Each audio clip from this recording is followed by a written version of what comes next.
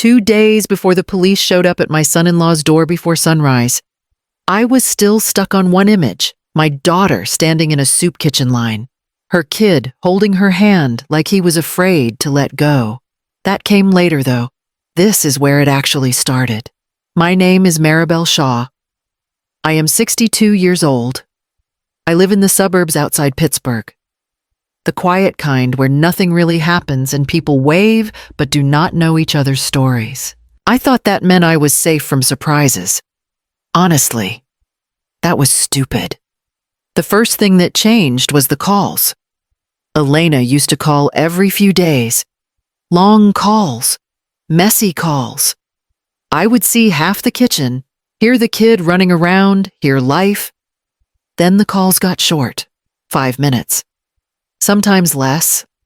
The camera was always tilted wrong, cutting off half her face, like she was hiding a bruise or hiding me from something. I told myself it was just bad reception, or that she was tired, or that I was being dramatic. Pick your excuse. Her son barely showed up anymore. When I asked to see him, Elena would smile too fast and say he was napping, or watching cartoons, or in the other room. Kids are loud. Silence sticks out. What really bothered me was her husband. He was always there, just off camera, answering questions I asked her, cutting in. She's busy. Maribel, we're tight on time, like he was managing the call. I swear, every time we talked, it felt like someone else was in the room deciding what I was allowed to hear. I let it go, over and over, because letting it go was easier than admitting something was wrong. The next call ended even faster than the last, and after that, they stopped answering at all. I tried to get them to come out the next weekend.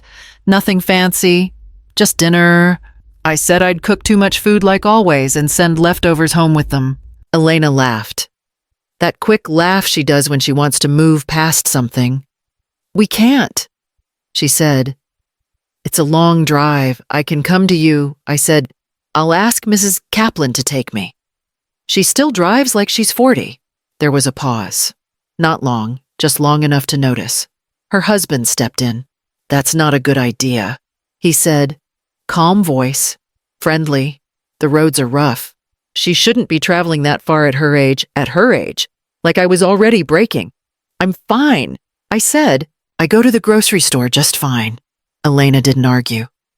She nodded along, eyes flicking sideways like she was checking for approval. Mom, please, it's dangerous. We'll come to see you soon. Soon started meaning nothing. Every invitation after that came back with the same soft no. Busy weekend. Money's tight. Too much going on. He always explained it better than she did. Used words like stress and responsibility. Made it sound reasonable. Made it sound like I was the one being difficult. Once I joked. You guarding her calendar now? He laughed. Too fast. Just looking out for my family. I remember hanging up and staring at the phone. Feeling weird about the whole thing. Not scared. Not yet. Just off balance. Like the rules had changed and nobody bothered to tell me. I told myself this was normal. Marriages shift. People get busy. Kids grow. But the way he decided things, the way Elena stopped pushing back, it didn't feel like care anymore. It felt like permission being granted in small pieces. And I kept accepting it, because accepting it meant I didn't have to confront what it might really be. The house was my idea. I bring that up because it matters later, and because I've replayed that moment more times than I want to admit. They were newly married, renting, always talking about how temporary everything felt. One night, Elena mentioned a townhouse she liked near her work. Brick. Small. Close enough to walk if her car ever quit on her. She laughed it off right after, like it was silly to want something permanent. I told her, you should buy it. She went quiet. Mom, we can't. I can help. I told her. I didn't frame it like a rescue. I framed it like a nudge, a head start. Parents do that, or at least I thought we did. Her husband jumped in. Smooth. That's generous.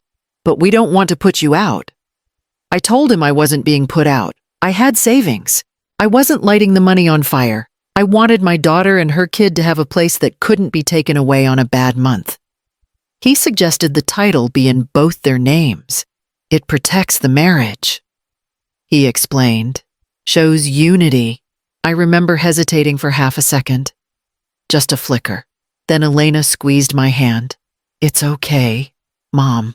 So I did it. Signed the papers. Watched them hold the keys like they were holding a future. I felt proud. I felt useful. I felt like I'd done something right. After that, whenever things felt off on the calls, I'd remind myself of the house, of that stability, of the fact that no matter what else happened, Elena had walls, a door she could lock, a place that was hers. That belief kept me calm longer than it should have. It kept me quiet when I shouldn't have been. I didn't hear this part from her right away. It came out later, in pieces, like she was testing whether the floor would hold. It started small. He offered to simplify things. 1 account instead of 3. 1 card instead of a wallet full of them, Elena told me, laughing a little. I'm bad with numbers anyway. I let that pass. I raised her better than that, but I also raised her to keep the peace. Then she stopped buying things without checking first. Groceries, shoes for the kid. She'd text him photos from the store like she was asking permission. If he didn't answer fast enough, she put things back. Her mother-in-law moved in for a few weeks. That turned into months.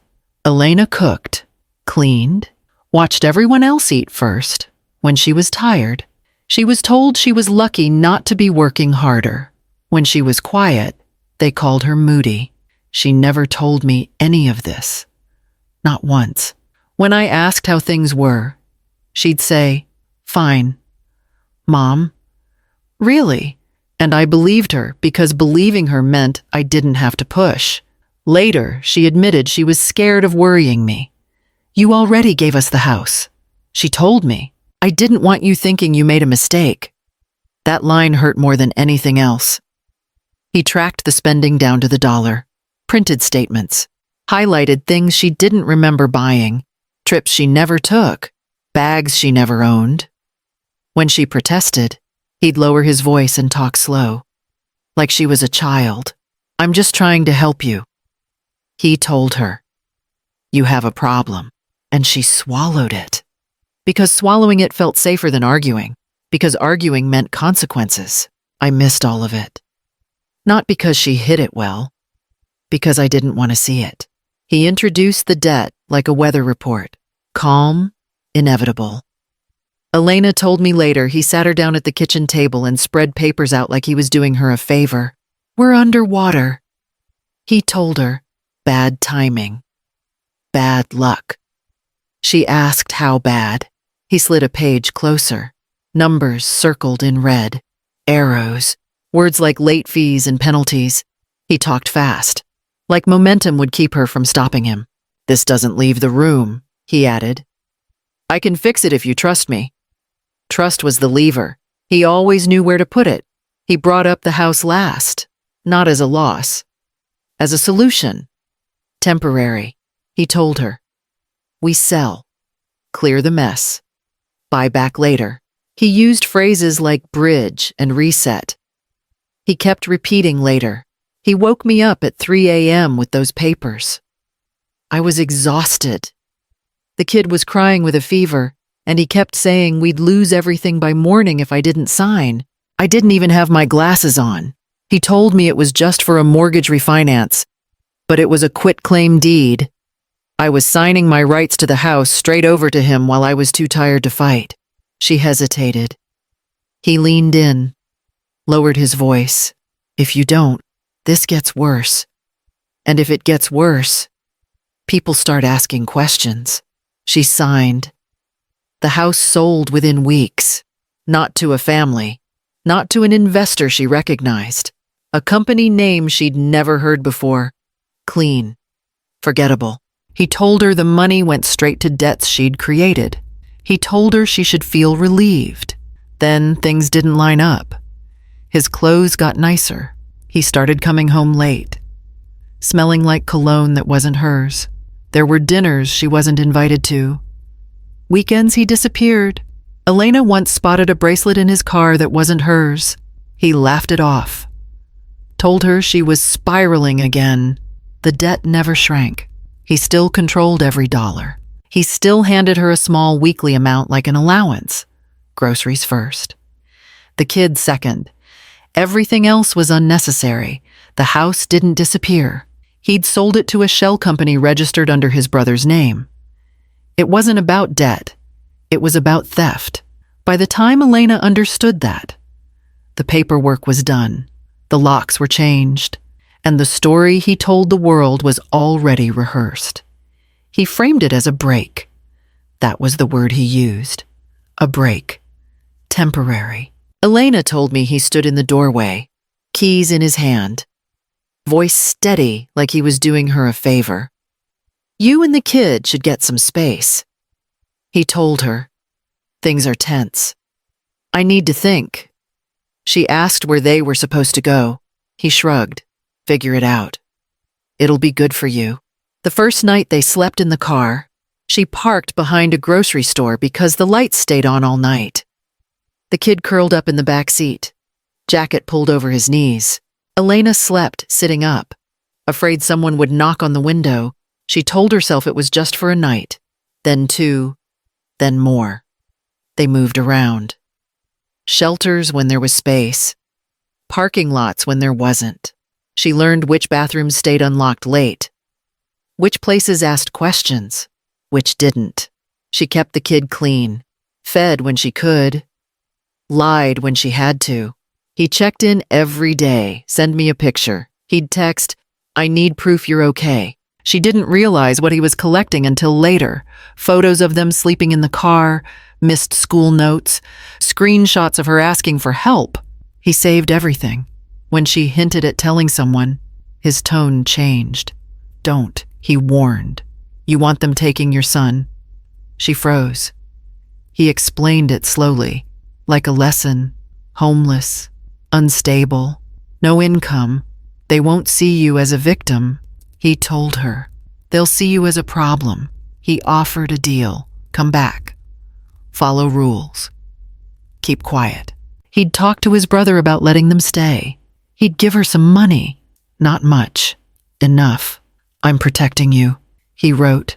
From yourself. She believed him. Or maybe believing him felt safer than testing what would happen if she didn't. She stopped reaching out. Stopped answering messages. Stopped asking for help. Because every move felt watched. When she told me this, her hands were shaking. Not from the cold. From remembering how small her world had gotten. And the worst part was this. She didn't stay silent because she was weak. She stayed silent because she was a mother. I volunteer on Tuesdays. Have for years. It keeps my hands busy. Keeps my head quiet. That morning smelled like burnt coffee and disinfectant. Same as always. I was stacking bread when I saw the back of her head. At first I told myself I was wrong. People look alike. Cities are full of almosts. Then she turned sideways. I saw her neck. The way she hunched like she was trying to disappear. My stomach dropped. Elena, I heard my own voice crack. She flinched. Like she'd been caught stealing. Then she looked at me and tried to smile. It didn't land. Mom, what are you doing here? I volunteer. I told her. Dumb answer. My eyes were already on the kid. My grandson stood glued to her leg. Fingers wrapped in her sleeve. His jeans were too short. Shoes worn thin at the toes. We're just here for lunch, Elena added, fast. Just today. I nodded, like that made sense. You eat yet. She shook her head once. Small, careful. The kid tugged her sleeve. Mom, he whispered. I'm hungry. That did it. Something split open in my chest. I grabbed Elena's arm, gentle but firm. Come with me. She pulled back. I can't. He'll call. Let him. I told her. I didn't raise my voice, poem. I didn't have to. We stepped out of line. A volunteer named Ruth watched us. Confused, I mouthed, sorry. I led them outside, hands shaking. The kid climbed into my car and tore into a granola bar like it might vanish. I sat there, engine running, hands locked on the wheel. Where's the house? I asked. Straight to it. No warm-up. Elena stared at the dashboard. Her voice came out thin. It's gone. Gone how? He sold it. I turned to her. Who?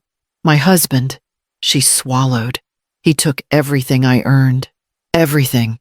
And he told me if I told anyone, he'd take my son. The words hit hard and stayed there. I remember thinking, if you're watching this, yeah, this is where you think I screamed or cried. I didn't. I got very calm. I leaned back, looked at my grandson chewing. Crumbs everywhere. Eyes finally relaxed. Then I looked at my daughter. Okay, I told her. I've got this. She stared at me like she didn't believe adults still kept promises. I wanted to take them straight to my house, but Elena grabbed my arm, her eyes wild. Not your house.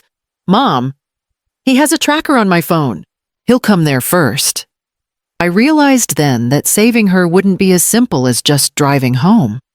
We needed to disappear before we could fight back. We ate in my car, not the whole meal, just enough to stop the shaking. The kid leaned back with crumbs on his shirt, quiet in that way kids get when they finally feel safe. Elena watched him like if she blinked, he'd disappear. I waited until he closed his eyes. Then I asked, "Where's the house you bought?" She didn't answer right away. Her hands twisted in her lap, nails bitten down to nothing. "He sold it," she murmured. I kept my voice level. "Explain." "He told me we were drowning." She went on, "That I ruined us, that my spending put us under." She laughed once, short and ugly. "I don't even buy coffee anymore." She pulled her phone out and scrolled. Statements. Screenshots. Her name everywhere. Purchases she didn't recognize. Trips she never took. He'd shown her these like proof, like a verdict. He controlled my paycheck, she added. Every dollar I earned. I had to ask for money to buy food.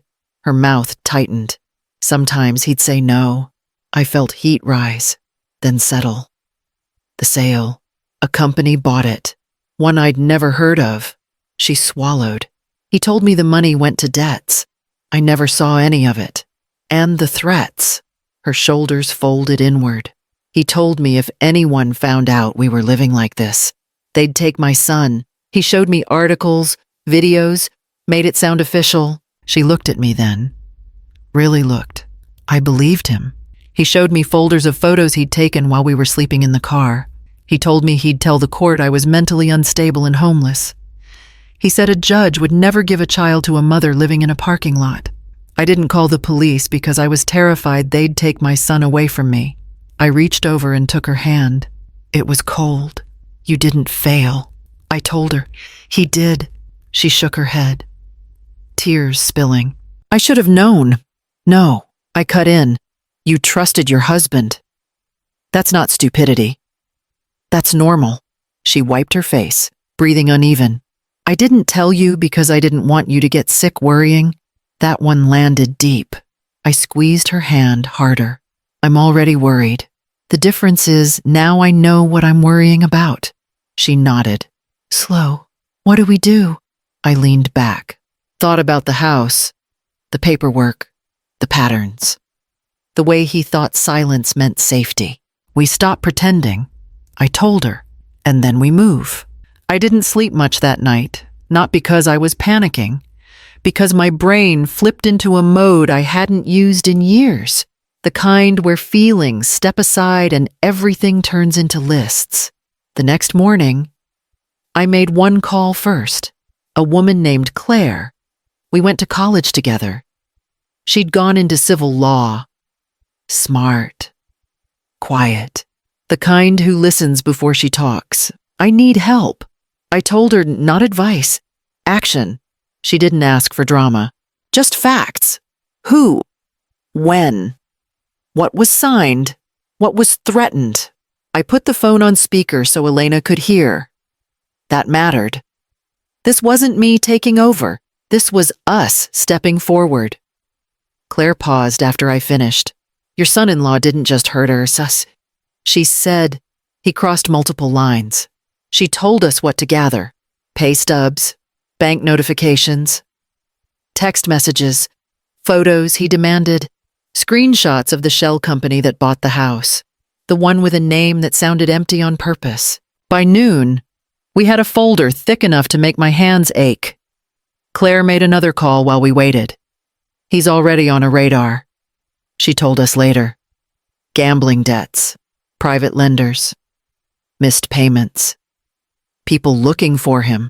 That explained the rush, the pressure, the way everything felt timed. By the end of the first day, the story changed shape. This wasn't a bad marriage. This was financial fraud, coercion, child endangerment. The second day moved faster. Faster than I expected. Faster than Elena believed. An investigator showed up, calm, polite. Asked Elena to walk through everything again. He didn't interrupt. He didn't rush her. That alone felt like a shift in gravity. When he left, Elena stared at the door like she was waiting for it to swing back open. Is this real? She whispered. Or is this going to disappear too? I squeezed her shoulder. Paperwork doesn't disappear, I told her. That's the mistake he made. 48 hours after I saw my daughter in that soup kitchen line, the truth wasn't just ours anymore. And once it was written down, it started moving on its own. They came before the sun did. 2 cars. Quiet. No sirens. I watched from the hallway as an officer spoke in a low voice, and my son-in-law's face finally dropped. No speeches. No shouting. Just handcuffs and the sound of metal clicking shut. Elena didn't look away. She held her son against her chest while they read the charges. Financial fraud, identity theft, child endangerment. Each word landed heavy, then stayed there. By noon, Claire had already filed for an emergency injunction. The house sale was now being challenged as a fraudulent conveyance. With the criminal charges filed, the court froze the title, ensuring he couldn't touch a dime of that money while we fought to get the house back. So he can't touch a dime of that money while we get the house back. The shell company unraveled fast once people started pulling threads. Custody paperwork moved forward. Temporary orders first. Permanent later. Elena signed with a steady hand. That mattered to me. Her son slept through most of it, curled up on a couch. Breathing slow. Safe. That was the image I kept. Before I left, Elena hugged me hard. You didn't save me, she whispered. You just didn't let me drown. I thought about that on the drive home. About how silence can feel like survival until it starts costing you everything. About how paperwork can be a weapon, but it can also be a shield if you use it first. If this story hit close to home, don't sit with it alone. Talk. Reach out. Write it down. Evidence matters. And if you're listening right now, tap like. Drop a comment. Subscribe if you want more stories like this. It helps these conversations reach people who need them. I didn't save my daughter. I stood beside her while she saved herself.